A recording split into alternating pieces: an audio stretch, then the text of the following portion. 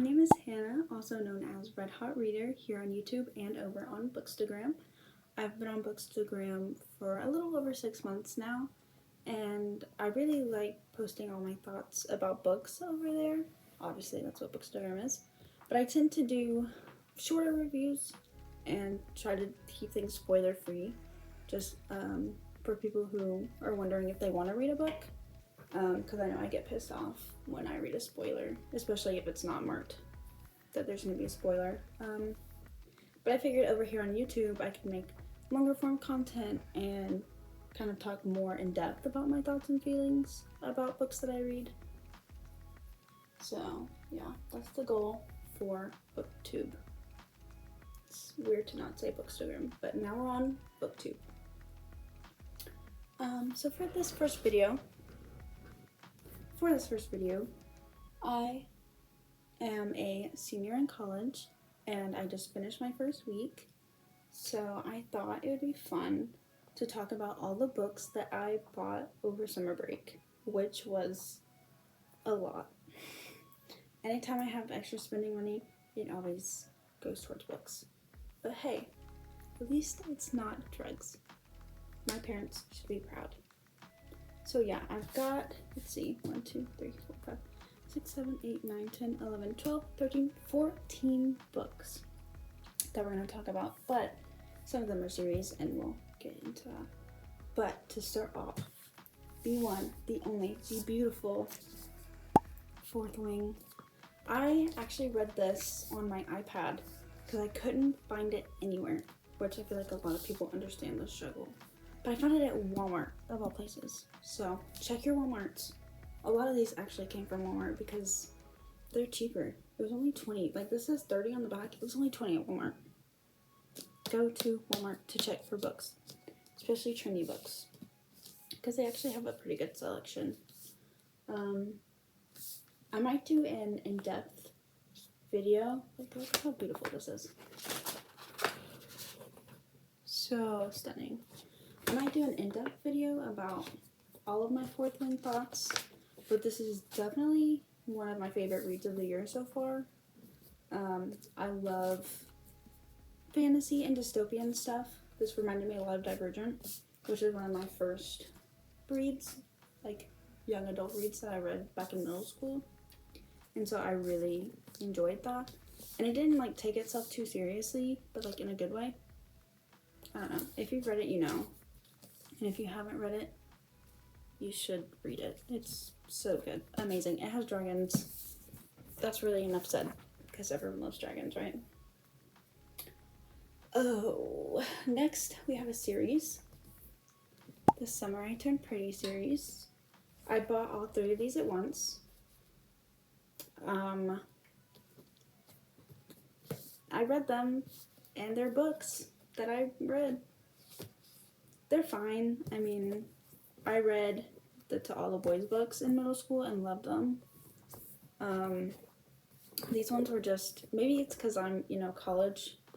I'm not in high school anymore, but they just felt really juvenile. Belly got on my nerves. Conrad was an asshole. And I was team Jeremiah for most of it until like the last book because they kind of ruined his character. And then at that point I didn't want her to be with either brother. But it's fine. I have only watched like 2 episodes of the first season. So once I trudge through the TV adaptation, I can make a video about comparing the books and the TV show and which ones I like more. But for now, they're books. Maybe if you want a quick read, you should read them, but they're definitely not for everyone, and that's okay. The next book is actually a nonfiction book. It's called The Creative Act, A Way of Being, and it's by Rick Rubin, who apparently is a producer. I did not know that when I picked this up, but then I was talking to my dad about it, and he was like, oh, I know who that is, and I was like, oh, yeah, me too. I'm only a few chapters in, and it's okay. I mean, it's not like the most profound book I've ever read. it kind of has like some like basic Pinteresty type quotes in it. Let's see, some of them are very generic. But yeah, I'm a creative person.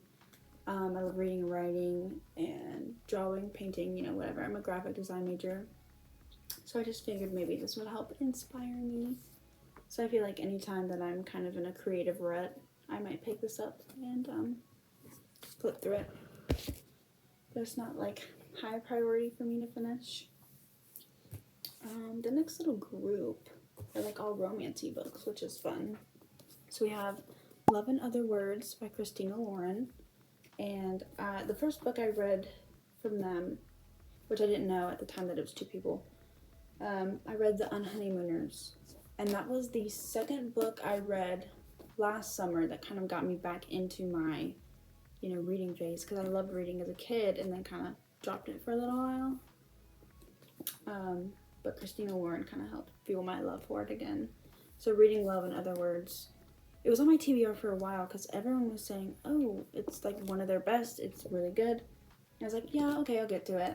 And I finally found a copy and just decided to buy it. And it's so cute. I love Macy and Elliot. Even though Elliot only has one T and my last name has two T's, kind of upset me a little bit. But the story is very cute. You know, friends to lovers, to like falling apart, to lovers again. Really cute. I definitely recommend to anyone who loves like a kind of cheesy romance.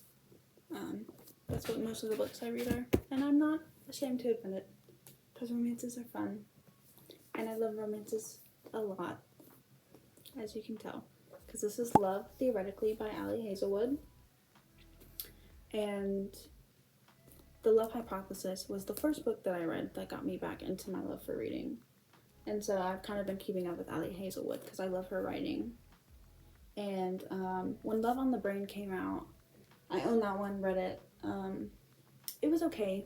It definitely, like, The Love Hypothesis is that girl. It's her best book. It's just, it has all the things I love. I love fake dating. It's my favorite trope. So I loved that one. And then I was kind of, like, not disappointed by Love on the Brain because I still loved it a lot.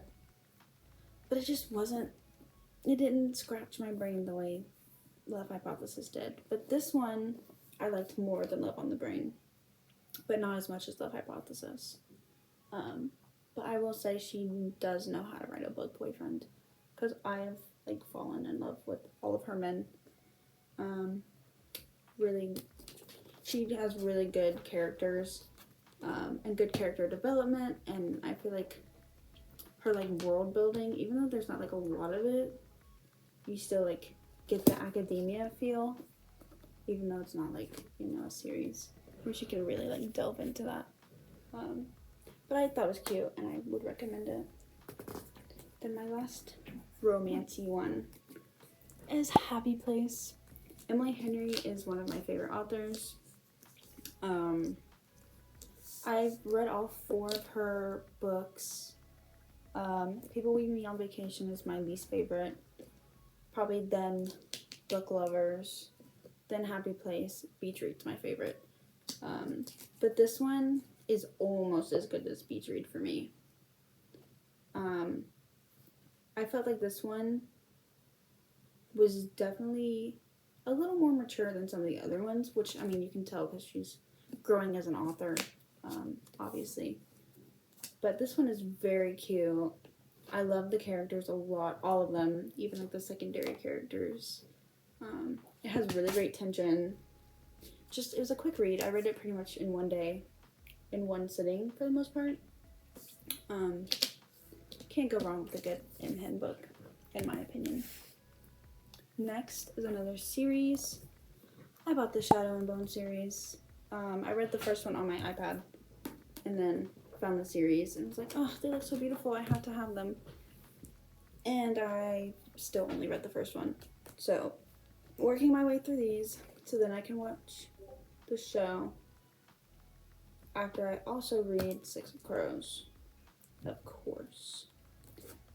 But yeah, I'm gonna work my way through all of the Leigh Bardugo books because I enjoyed her writing a lot, but I don't have a strong opinion yet because, you know, I've only read the first one. And then my last three, this is the last one that I bought, was Convenience Store Woman. Just because I heard like some good things about this one. I have no idea what it's about. I didn't even read the back. I do that a lot. I don't read like the summary or anything. I just go in blind to pretty much every book I read. And yeah, I'm excited to read this one. Have no idea what it's about. No thoughts. Just saw it at the bookstore and just grabbed it. 19 Claws and a Blackbird is a collection of short stories from Augustina Basterica. She wrote Tinder is the Flesh, and after reading these, I want to read that novel because I liked her writing a lot. But these, some of these were fucked up, like really bad fucked up. But not in a way that made me want to stop reading. Like my favorite one was Candy Pink, if you've read this. I loved Candy Pink, and I love Unamuno's boxes. You never know where this book's going. Very interesting. I would recommend it if you need like something kind of short you want to read, but again, be warned that they're kind of weird and fucked up. And so my last book that I bought during the summer was One Italian Summer from Rebecca Surley. I've heard mixed reviews about her book In 5 Years, so I don't know if I want to read that one, but I really loved One Italian Summer because it was like magical realism, and it was dealing with like a daughter's relationship with her mom, and the mom had just passed away. So it was her dealing with that, and she just like runs off to Italy because her and her mom were supposed to have a trip, and she decides to still go even though her mom just passed away. It was really good, and I would definitely recommend this.